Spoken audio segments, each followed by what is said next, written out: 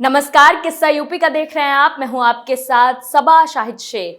उत्तर प्रदेश के मुजफ्फरनगर का एक वीडियो काफी वायरल हो रहा है। दरअसल एक प्राइवेट स्कूल में छात्र को अन्य छात्रों से पिटवाया गया, जिसका वीडियो वायरल होने के बाद हंगामा मच गया है। विपक्ष इस मामले को धर्म के एंगल से जोड़ रहा है और बीजेपी सरकार पर हमला बोल रहा है। ये भी कहा जा रहा है कि इस हरकत की वजह से पूरी दुनिया में हमारे देश की छवि को धक्का लगेगा। हालांकि मुजफ्फरनगर का ये थप्पड़ कांड तो काफी फेमस हो रहा है, लेकिन इसके पीछे की हकीकत क्या है, आज इसी पर चर्चा करने के लिए हमारे साथ मौजूद हैं कैपिटल टीवी के एग्जीक्यूटिव एडिटर राजीव जी। राजीव जी, बहुत बहुत स्वागत है आपका। धन्यवाद। एक बच्चे की पिटाई पे ऐसी राजनीति क्यों हो रही है? क्योंकि ये लोग मोहब्बत की दुकान खोलने वाले जो हैं वो नफरत परोसने के लिए निकले हैं। अब इनको लगता है जैसे ओवैसी से लेकर अखिलेश यादव तक, वरुण गांधी से लेकर राहुल गांधी तक। वरुण गांधी का नाम इसलिए ले रहे हैं क्योंकि आजकल वरुण गांधी भी उत्तर प्रदेश में घूम घूम कर ये सोच रहे हैं कि कम से कम कांग्रेस उत्तर प्रदेश तो खत्म हो गई। गांधी परिवार में, गांधी नेहरू परिवार जो है उसमें राहुल गांधी को उत्तर प्रदेश से भगा दिया गया। अब सोनिया गांधी बची हुई हैं, तो कम से कम इस बीच हम लोग उत्तर प्रदेश में एक पैठ बनाएं और अगर अपनी पार्टी बनाएं या फिर सपा में जाए, बसपा में जाए, हर जगह गैर भाजपाई पार्टियों में किसी भी जगह पर हमें इस मोहब्बत की दुकान की जरूरत पड़ेगी। तो अभी जो मुजफ्फरनगर की ये घटना है, घटना गलत है और उस शिक्षिका को, टीचर को ऐसा नहीं करना चाहिए, लेकिन उनकी कुछ परिस्थितियां हो सकती है, सोच हो सकता है। और जो वीडियो है, वीडियो में जिस तरीके से बताया गया कि 2 घंटे तक, 1 घंटे तक बच्चे की पिटाई होती रही। सबसे पहली बात तो यह है कि फैक्ट चेक करना चाहिए इसका कि 2 घंटे 1 घंटे तक बच्चे की पिटाई कैसे कर सकते हैं। कोई भी नहीं कर सकता, क्योंकि वो जो वीडियो सामने में दिख रहा है, छोटा सा क्लासरूम में मुश्किल से 15 से 20 बच्चे होंगे और उस बच्चे में से एक एक करके बच्चे से पिटाई की बात जो की जा रही है उस वीडियो में ही दिखाया जा रहा है। आगे के रो से 1-2 बच्चे हैं जिसको बुलाया गया, फिर पीछे से 1-2 बच्चे को बुलाया गया और उसी समय ये वीडियो शूट किया गया और उसको मॉर्फ्ड करके, एडिट करके ऐसे चलाया गया जैसे कि लगातार यही चीजें चल रही है। जैसे सोशल मीडिया पर आजकल कई ऐसे वीडियो होते हैं जो कि खत्म ही नहीं होते, देखते जाओ खत्म ही नहीं होगा और लगेगा कि ये एंडलेस वीडियो है। तो उसी तरीके से इसमें 2-3 बच्चों के बारे में दिखाया गया कि वो आया, उसको झापड़ लगा के गया। और ऐसा भी नहीं है, बच्चे जब बच्चे को पीट रहे हैं, पीटना शब्द जो है ये उस तरीके के पीटने की बात नहीं है कि लात घूंसे चला रहे हैं।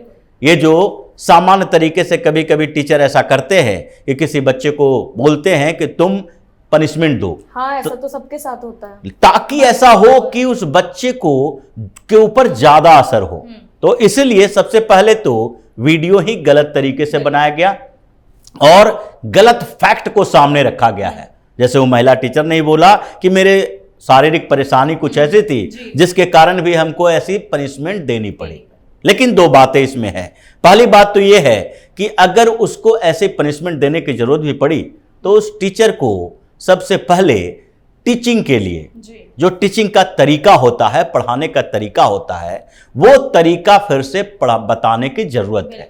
उनको चाइल्ड साइकोलॉजी के ऊपर बताना चाहिए जो कि बीएड या टीचर ट्रेनिंग या एमएड के सिलेबस में है कि चाइल्ड साइकोलॉजी क्या होता है, किसी बच्चे की मानसिकता के साथ हम कैसे उसको बदल सकते हैं, डील कर सकते हैं।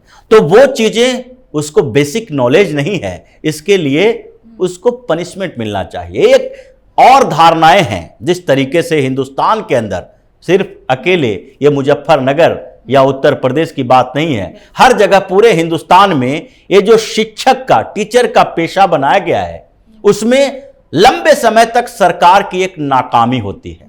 और वो नाकामी इसलिए होती है क्योंकि सरकार ने ये सोचा ही नहीं, कोई भी स्टेट गवर्नमेंट के लेकर जो टीचर हैं इसने कभी इस बात पे सोचा नहीं कि हिंदुस्तान में या फिर दुनिया में जहां भी होता है, लेकिन हिंदुस्तान के बच्चों का भविष्य अगर सुधारना है तो टीचिंग में सबसे बेहतर दिमाग को लाना पड़ेगा।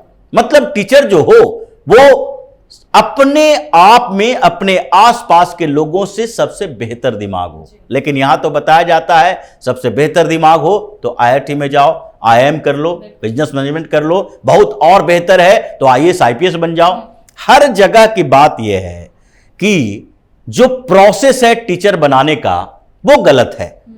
पहले क्या करो, पहले आप टीचर ट्रेनिंग करो, BEd करो, MAd करो, या टीचर ट्रेनिंग के जो दूसरे BLED वगैरह हैं, DLED वगैरह हैं, वो कोर्स कर लो।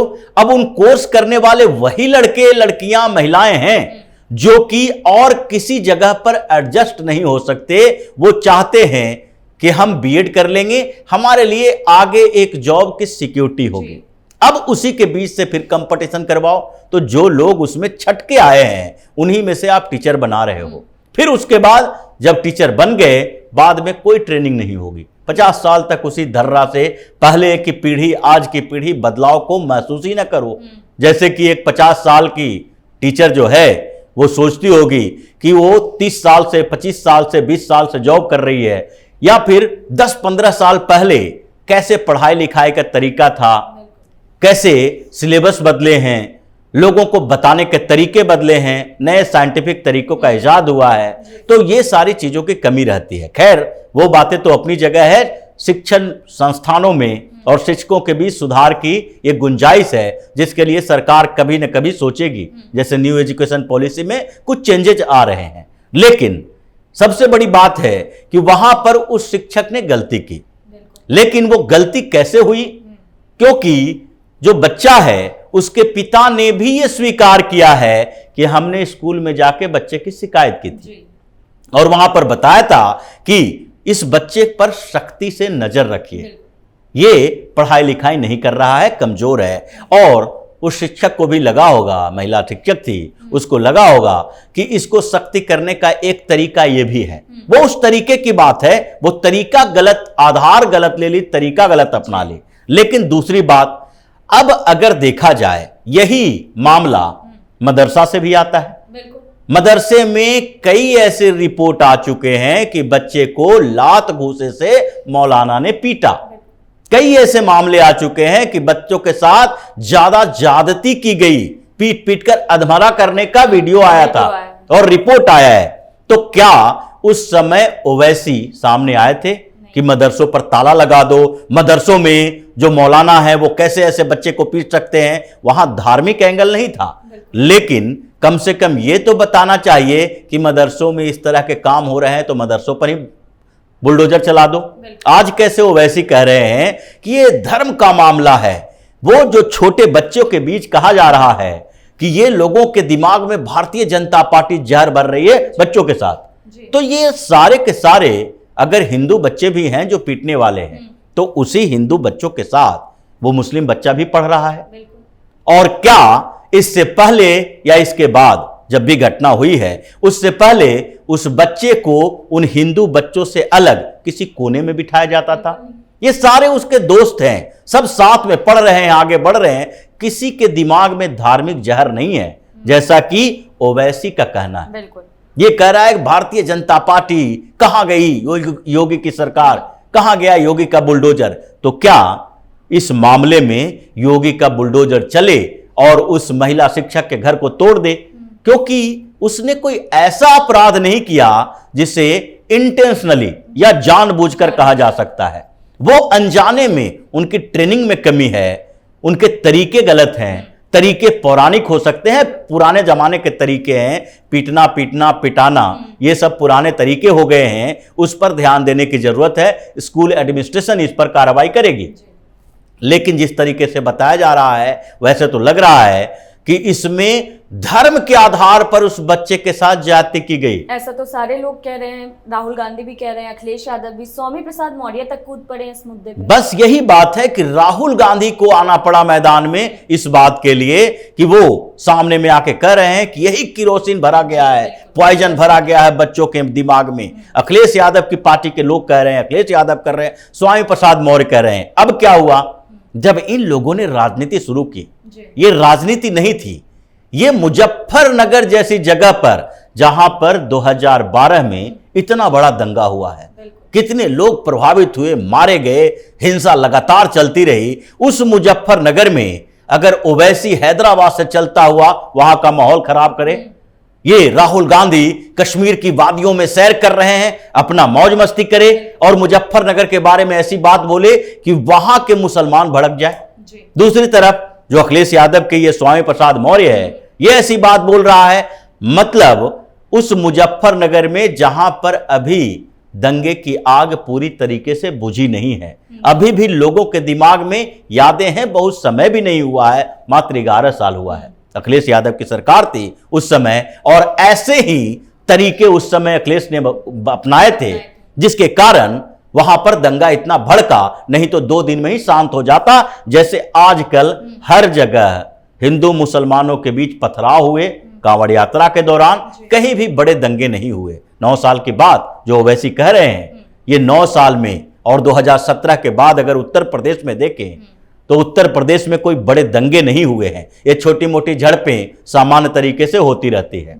तो ये राहुल गांधी, वरुण गांधी, अखिलेश यादव, इन लोगों ने क्या किया, ये ऐसा माहौल खराब करने की कोशिश की कि अगर उस बच्चे का पिता सामने नहीं आता तो हो सकता है मुजफ्फरनगर में फिर से दंगा हो जाए। और उसके बच्चे के पिता को बाहर आना पड़ा। उसने बोला कि इसमें धार्मिक एंगल नहीं है, धर्म से कोई लेना देना नहीं है, हम तो सिर्फ उस महिला शिक्षक के खिलाफ शिकायत इसलिए दर्ज करवाए क्योंकि उसको सबक मिल सके और आगे किसी बच्चे के साथ ऐसा ना हो।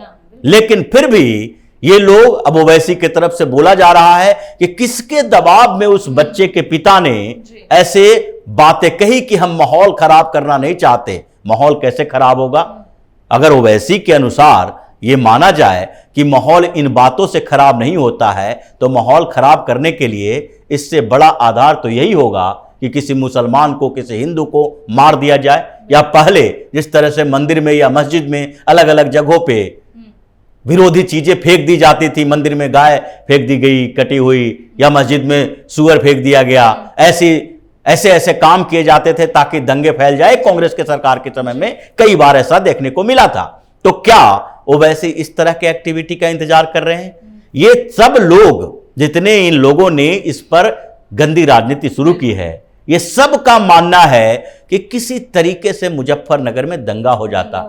और जो मुसलमानों के बीच अभी धीरे धीरे भारतीय जनता पार्टी की तरफ भी कुछ मुसलमान आ रहे हैं। पिछले चुनाव में भी कुछ मुस्लिम महिलाओं ने भी वोटिंग की भाजपा की तरफ। कुछ संगठन जैसे पासमानदा मुस्लिमों का संगठन अभी लखनऊ में बैठक किया भारतीय जनता पार्टी के समर्थन के लिए कि हम सिर्फ धर्म की राजनीति वाले के साथ नहीं रहेंगे, जो हमारा इस्तेमाल करता रहा है हम उसके साथ रहेंगे, जो हमारे लिए कुछ कर रहा है।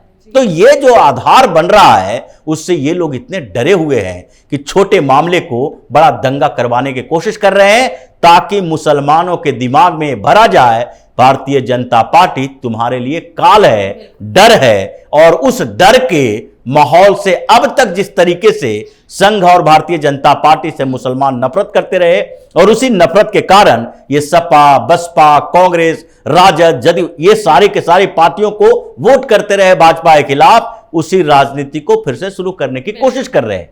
और ये गंदी राजनीति अब सामने आ गई है और इसके खिलाफ कार्रवाई भी होगी। कुछ दिन के अंदर ओवैसी और इन लोगों के पूरे गैंग जो इस मुद्दे पर हेट स्पीच का मामला बनता है, जिस तरीके से नफरत फैलाने की कोशिश की है, कहीं ना कहीं इनके खिलाफ केस दर्ज होगा और इसका खामियाजा भुगतना भी पड़ेगा। बिल्कुल, बहुत बहुत शुक्रिया आपका, धन्यवाद। तो सुना आपने, सच आप सबके सामने है। कैसे विपक्ष हर चीज में अपनी गंदी राजनीतिक रोटियां सेकने लगता है और कोई भी मामला को उठाकर बिना उसका सच जाने उस पर कूद पड़ता है। हालांकि टीचर ने भी पिटाई का सच बताया और धार्मिक एंगल से इनकार किया है। उन्होंने कहा, मैं दिव्यांग हूं, उठ नहीं सकती, इसलिए बच्चों से पिटवाया। मुझे बच्चों से उसको नहीं पिटवाना चाहिए था, ये गलत है, मैं अपनी गलती मानती हूँ, मेरा सांप्रदायिक भेदभाव का कोई इरादा नहीं। हालांकि ये सब सुनने के बाद आप विपक्ष के घिनौने कारनामों के बारे में अच्छे से समझ गए होंगे। फिलहाल के लिए किस्सा यूपी का में इतना ही। देखते रहिए कैपिटल टीवी उत्तर प्रदेश। नमस्कार।